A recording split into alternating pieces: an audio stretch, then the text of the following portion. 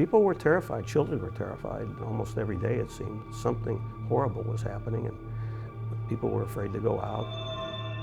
It was the summer of 2006. Record heat scorched the Valley of the Sun, and two separate serial killers terrorized our streets. We had the rapists going on and the shooting of indiscriminate people and animals, and then the raping and killing of innocent women. And so it was really unheard of across the country. Why would you do something like this, Mr. Hausner? Two serial drive-by shooters took to the streets at night, preying on pedestrians and pets, leaving a trail of bodies from the east to the west. And I ride my bike all the time. And you had this in the back of your mind. Right, that, God, I hope nobody shoots me, you know, but you just don't know. And at the same time, another killer was haunting South Phoenix. The rapes, robberies, and murders appeared random. Victims were abducted from restaurants, bus stops, and car washes. Ramilia Vargas and Myrna Palma Roman were working in their food truck in South Phoenix when the killer shot them both in the head. And I stopped and I looked to the south, and 91st Avenue and Lower Buckeye is where my wife parked her truck. And so I turned south, and all of the police tape, everybody was down there. Everything was taped off. It's like tons of people down there, and my wife and her cook, they were still in the lunch truck, and they had been shot. Sophia Nunez was found dead in her bathtub. Tina Washington was leaving preschool where she worked when she was shot. The decomposed body of Kristen Gibbons was found in a pile of trash. George Chow and 20-year-old Liliana Sanchez were found about a mile from the restaurant where they worked. What he did was not right. He took her away from us. Day after day, night after night, the murders began to stack up. The killer, who had been dubbed the baseline killer, became more brazen and increasingly violent. The pressure to stop the killings mounted. Probably the most pressure that I can remember as mayor, because again, all the people that were scared, even the city employees, it was 24 hours a day of intense pressure. A task force of veteran detectives worked the case around the clock. Federal agents were brought in.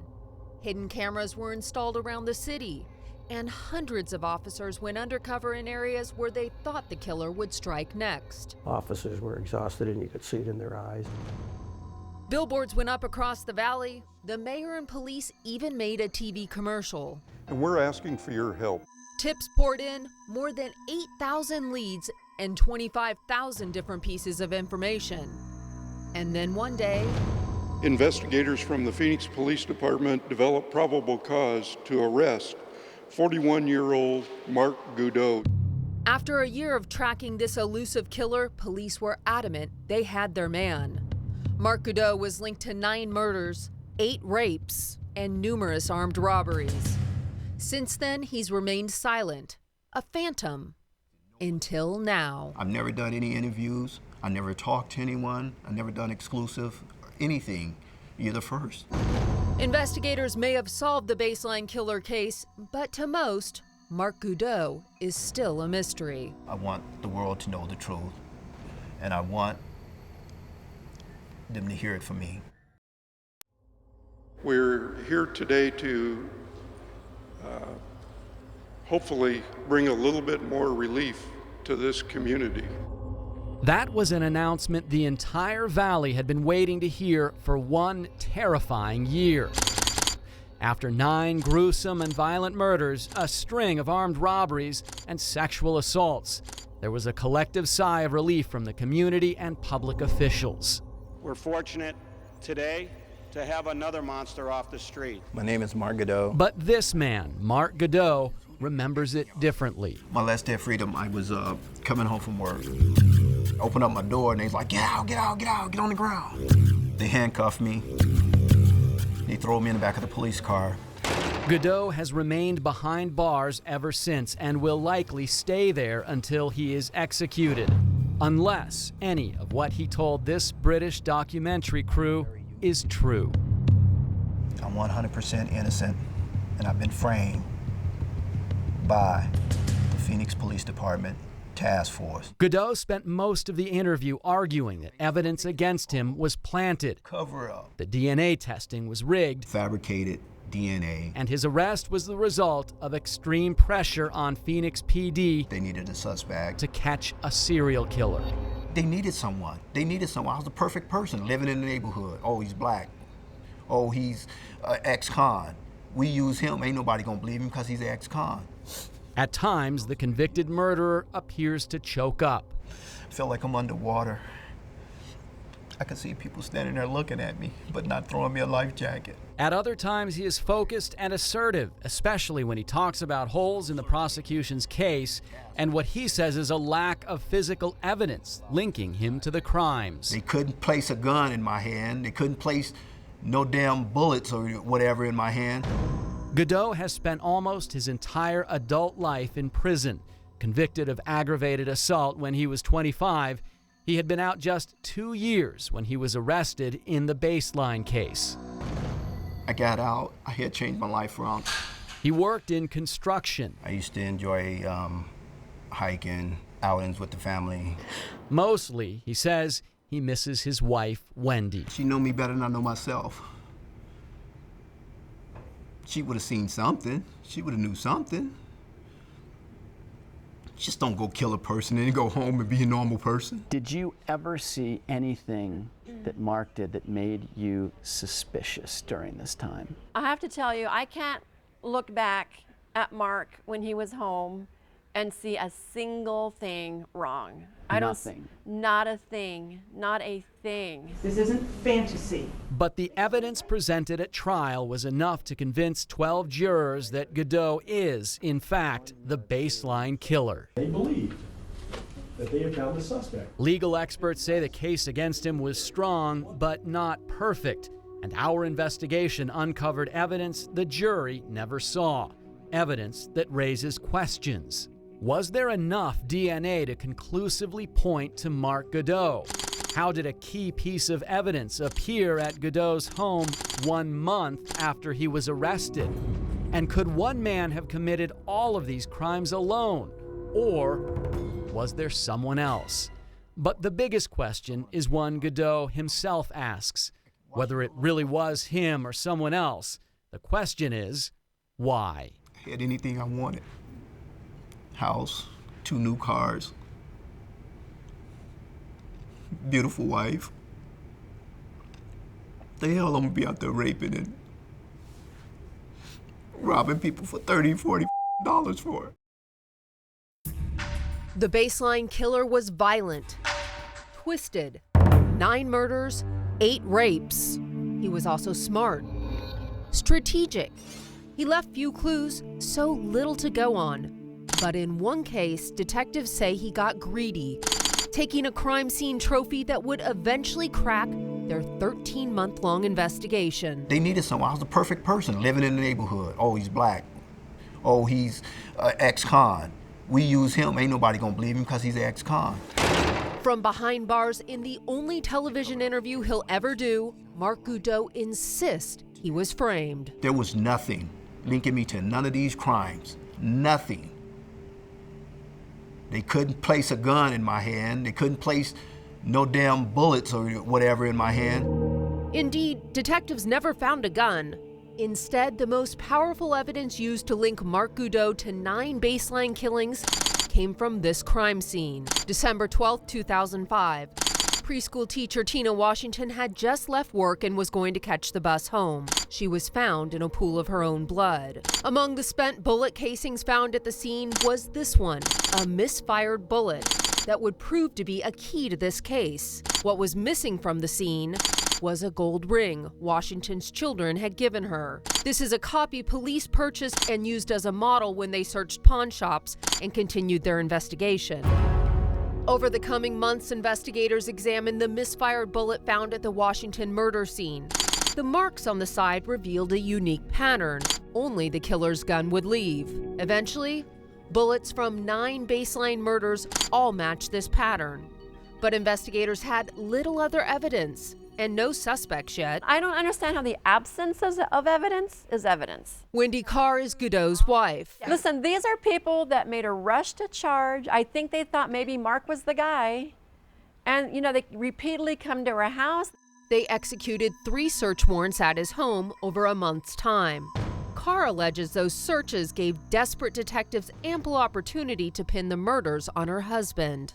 During the last search, police found Tina Washington's ring hidden inside a shoe. Supposedly, they've missed it all this time. And according to the police, it was in a baggie, in a heel of the shoe, with the shoe protruding off the shelf. So obviously, you know, I don't know how they think that could be believable. So what you're asking us to believe is that the police planted evidence.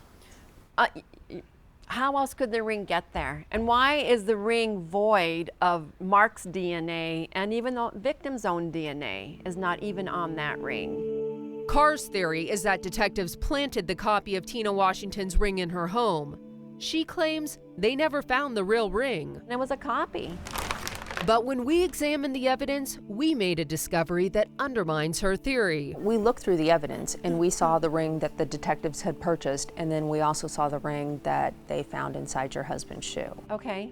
So there are 2 rings. There are 2 rings, right. Exactly. Well, I mean, the capability of them making a copy of the ring, anyone could have done that. You realize there will be some people that will say, this sounds really far-fetched.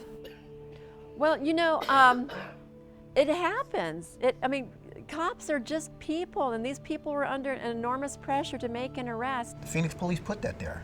None of this was discovered until a month after I was arrested. Investigators never did find the baseline killer's murder weapon, a .38 caliber pistol. But the gold ring found at Godot's home linked him to Tina Washington's murder. And the bullet found at the scene linked that murder to 8 others.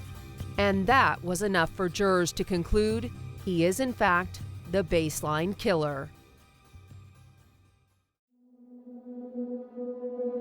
The killings were heinous, the sexual assaults nightmarish, and they were happening with such frequency. Police and the families of the victims wondered if the baseline killer was more than one person. I don't know if it's multiple killers, if it's one killer, I have no idea. The composite sketch looked like any number of people. Hundreds of suspects were investigated, questioned, scrutinized. Every suspect, every individual was looked at, vetted, DNA. In the end, investigators decided the baseline killer was one person working alone. That person was Mark Godot. And what a lot of people don't know, there was 23 crimes that was committed by the baseline killer. 23. I was only charged with 11. Why is that? That's the question CBS 5 Investigates has run into over and over. Could there still be a killer walking the streets? Mark's too old as far as the witness descriptions. He's too big. Most of the descriptions where the guy was not that tall and thin. Veteran Phoenix police officer Rusty Stewart wrote this report 6 years ago.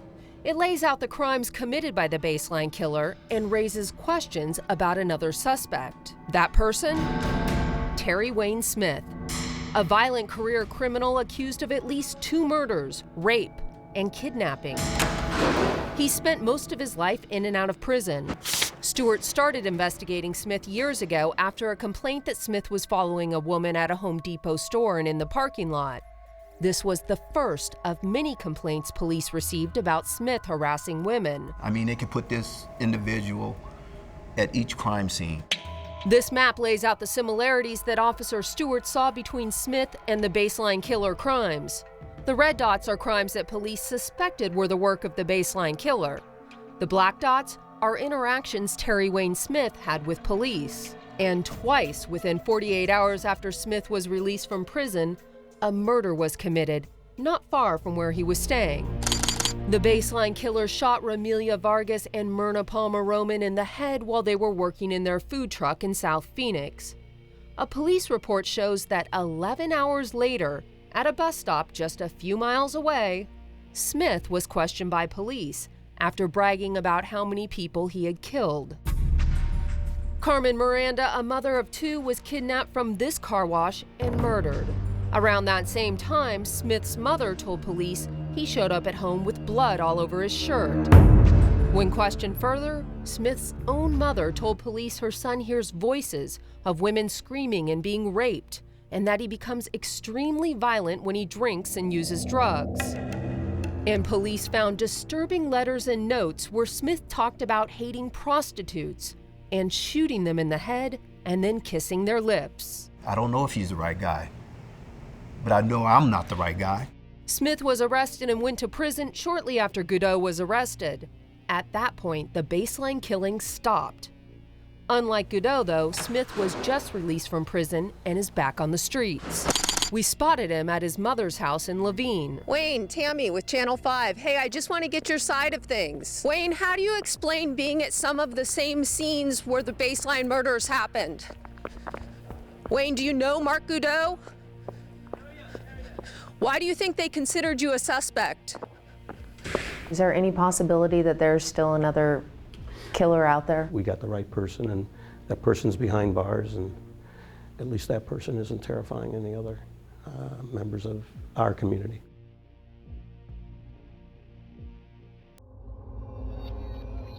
From the fall of 2005 to the spring of 2006, a killer was walking Valley streets.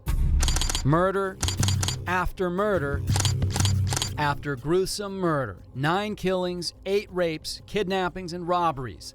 Hundreds of police officers worked thousands of hours to catch the baseline killer. But the key to the case was something so small you can't even see it with the human eye. Saliva, blood, and skin cells found at the crime scenes all contained DNA.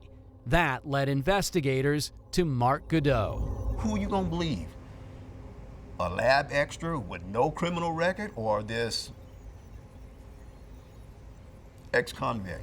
Not surprisingly, in this, the only on-camera interview Godot has ever given, he insists the DNA evidence and analysis was shoddy and misleading. Let's just face it, let's be real with one another. People are ignorant when it comes to DNA, so they were like, oh, well, they got your DNA, well, it must be you. Godot argues that if you look at the evidence, the police reports, and the dates the DNA was analyzed, you'll see that Phoenix police actually cleared him before they suddenly identified him as the killer. The Phoenix Police Department Crime Lab tested Mark Godot STR DNA, and I'm excluded from all items. CBS 5 Investigates looked at the evidence, the reports, and dates, and found the Phoenix Police Crime Lab never tested Godot's YSTR DNA because the lab did not have the capability to test it. The state crime lab tested it and used it to identify Godot as the killer. It seems to all point to Mark. Why does it point to Mark? Wendy Carr is Godot's wife and his most ardent defender. She argues that the killer left so little DNA behind that it would be impossible to link it to her husband. Carr points to the case of Sophia Nunez. The only DNA evidence on her was the killer's saliva found on one of her breasts, and that had been submerged in water for hours. And tiny drops of blood found on Godot's shoes and on a ski mask that link him to the shooting deaths of Nicole Gibbons and George Chow. Carr and Godot say there's no way to reliably test such small and contaminated samples. It may be contaminated, the DNA might be degraded. But according to Frederick Zenhauser at the University of Arizona's College of Medicine in Phoenix, even tiny bits of saliva or blood can produce reliable results. If the analysis was done correct, what are the odds that it could be somebody else? Again, the other, 1 over millions, chance to be wrong. With the evidence that was admitted in court, the chances the samples belong to someone else actually dropped to 1 in 360 trillion. But that doesn't silence Godot. What can I say? I didn't do nothing. Or his wife. And it's not so much a question, whose DNA is that? Because it could be Mark's DNA. But really the question is, how did it get there? So you're arguing that he was set up? I'm arguing that there was a rush to arrest, and after searching her house multiple times and not coming up with anything, they needed to do some damage control. It sounds hard to believe. For their story to be correct, it would require a conspiracy involving the largest task force in Phoenix police history: detectives, the crime lab, and the prosecutors. And when you take a look at all of the ways the DNA links Godot to the murders and rapes, Godot's theory is the one without any evidence. I'm a very unique individual. During the course of a 3-hour interview with a British documentary crew, I was found guilty of all 9 murders. Convicted killer Mark Godot shows many emotions, from anger. If you had the right guy, why would you cover this up? To sadness. I could see people standing there looking at me, but not throwing me a life jacket. To conviction. I mean, what can I say? I didn't do nothing. And throughout, he maintains he was framed. But what we see and hear doesn't begin to scratch the surface of what's going on behind those eyes. I think he's a street smart guy. I think he's a savvy guy. Dr. Steven Pitt is a forensic psychiatrist who has worked on a number of high-profile criminal cases, including the John Benet Ramsey investigation, the Columbine High School shooting, and the Baseline killer case. According to Pitt, this is just an act. He's a sociopath. He's a good sociopath. I mean, if I were nominating people, he'd get Best Actor in a true crime story right now. I would think that he would either brag about what he did or want to give details. The last thing I would think would be that it's not me, I've been framed, woe is me. Am I completely off base? Pretty much. I mean, pretty much. Whether he's in complete denial or just a really, really good liar or both, I don't know. What I can tell you is that he is in complete control of that interview. Control appears to be something that runs in and out of Godot's life. He was a model prisoner during his first 13-year prison sentence.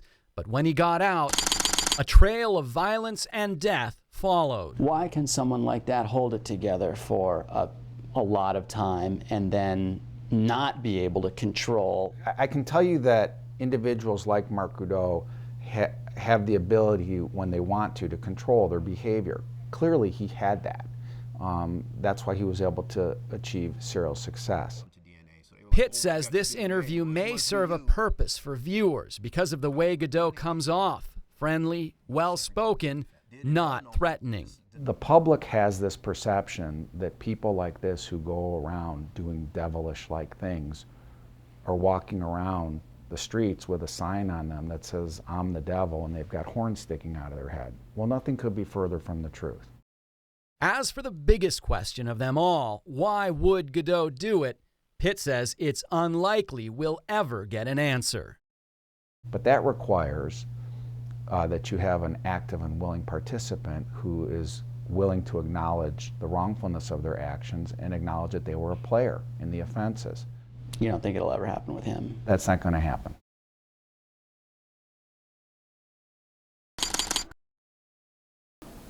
I remember a lot.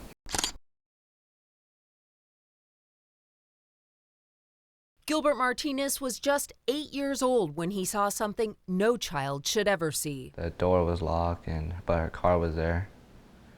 And so the door, everything was locked. The back door, the front door, except for the garage. That's how I got inside the house.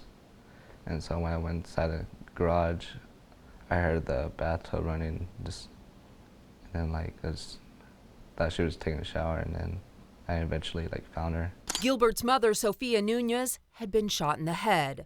The killer left her lifeless body in the bathtub for her son to discover. Nobody should have to find their parent like that. And sometimes no one doesn't know how I feel about it.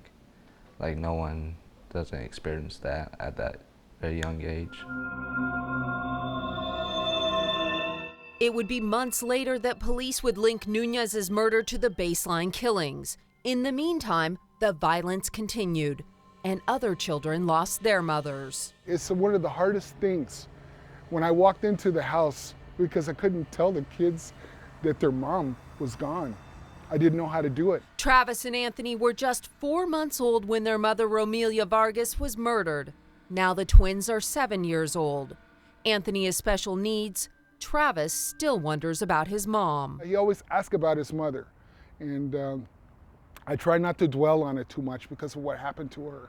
And it's still very, very, hard for him not to have a mom. He goes to school and his schoolmates, they have a mom, and he sees their mom picking him up and he doesn't have a mom. And other families struggled to make sense of the senseless. The murders and rapes were piling up. For us, she will always be in our hearts. Juana Sanchez rarely talks about her daughter Liliana's murder. It's affected her so much that she has a hard time remembering any happy memories. I used to, but I don't anymore. Everything is different. Eventually, a police task force closed in on Mark Goudeau and arrested him for the Baseline killings. He had no connection to any of the victims except one, Sophia Nunez. I had seen him when he got arrested on TV, and I told my dad that he looked familiar. So, where do you look familiar from? I told him that it was one of my mom's friends.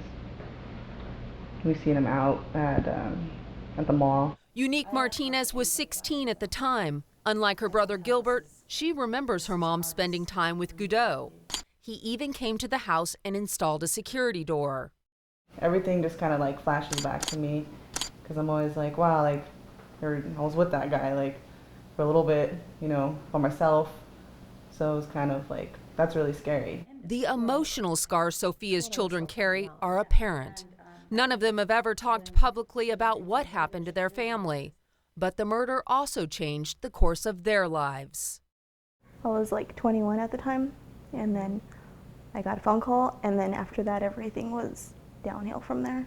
And then I didn't know what I was doing. Like 2 weeks later I was like sitting there trying to make decisions that I didn't know really what I was doing. You have to plan everything from house to clothes to bills to just every little thing. 7 years later, they still have nightmares, still break down in tears when they talk about their mom, and still have unanswered questions. Why?